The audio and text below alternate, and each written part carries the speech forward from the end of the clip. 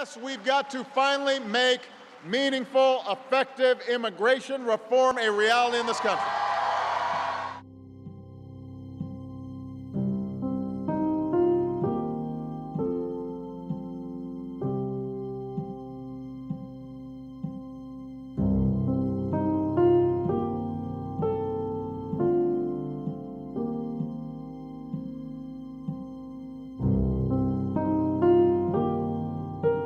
Was very interesting for me. I had seen the ad for the job in Clarinda in the British Medical Journal, and I said, well, let's go to the States, start somewhere, and then we'll go to New York or the big cities. And we went to Clarinda, a small town. The people were very nice. Strangers would say hello, and that surprised us.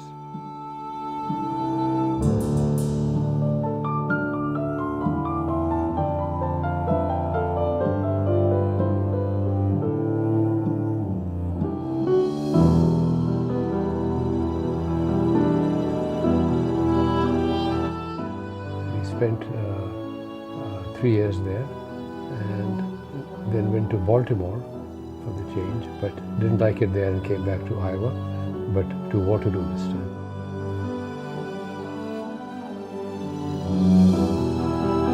I would describe Iowa as being a place where you have the best of all worlds. You've got the people who are very nice and very friendly. The people are hardworking. They reach out to each other.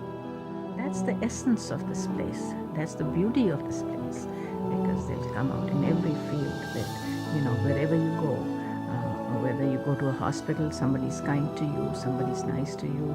Or I like to exercise. I go there. People are friendly, and that's the most important thing.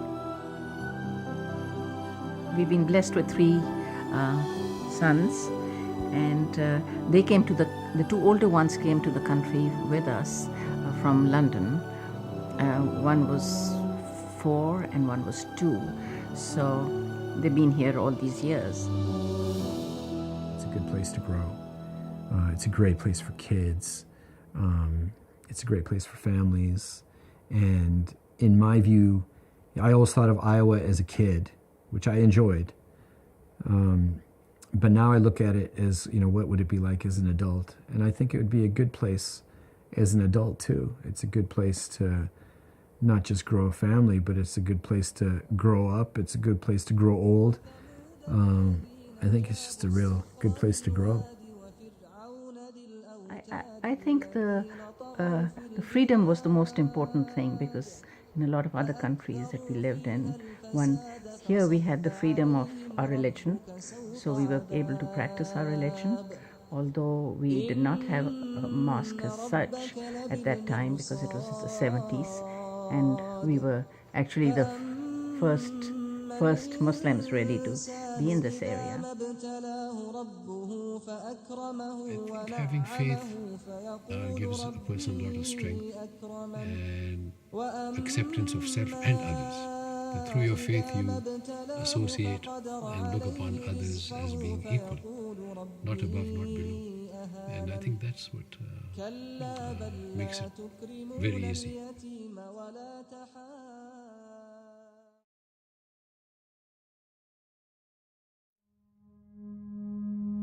We went from a very dangerous world to, during the Cold War, where we faced the threat of nuclear incineration, to a very dangerous world where we face these kinds of terrorist threats, including proliferation of weapons of mass destruction. This particular moment is videotape of the collapse of the World Trade Centers. Yes, both of the 110 stories World Trade Centers have collapsed.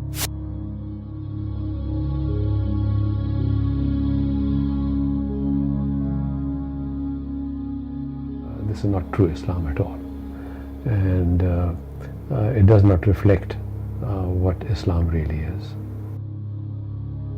These are not Muslims, and these are criminals.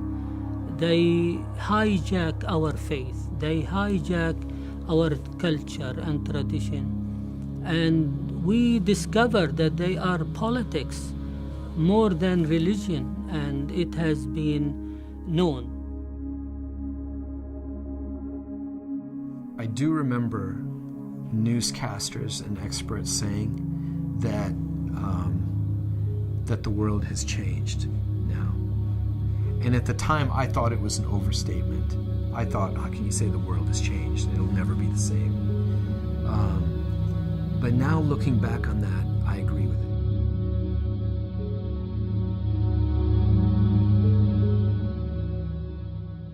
Around September 11th, after that, we were so touched because the patients started calling my husband up and saying that if anybody does anything to you, we are here for you, or you come and stay with us. I come on September 11, and I found the flowers on the steps of the mosque here. I found letters of love. We love you. You are part of us. We are part of you. I found some fruits, sometime in a basket with the flowers and with chocolate. Good afternoon, Mayor Hart's office.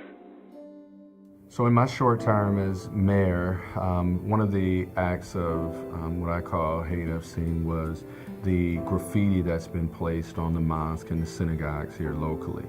But that showed that people are able to come together regardless of religious differences and say, you know what, this will not be tolerated in this community.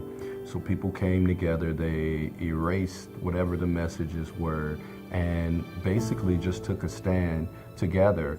And in any type of movement, any type of act, it's going to take people coming together from all types of backgrounds, different races, different everything, coming together and saying that we are a body of community members that will not tolerate any of these types of behaviors. Last year, during the elections, and somebody had written the word Trump on our mosque, painted one of our walls, but that didn't, so we were very, very upset, and we called the police and everything, and so we thought we'd go in the morning to clean it up. But before we had the chance to go, it had people from the neighborhood or wherever had come and cleaned up the whole place. So we had a nice little get together, and the community came and supported us with that. And we planted a tree in the mosque, and we call it the peace tree, and it's doing very well. It's growing.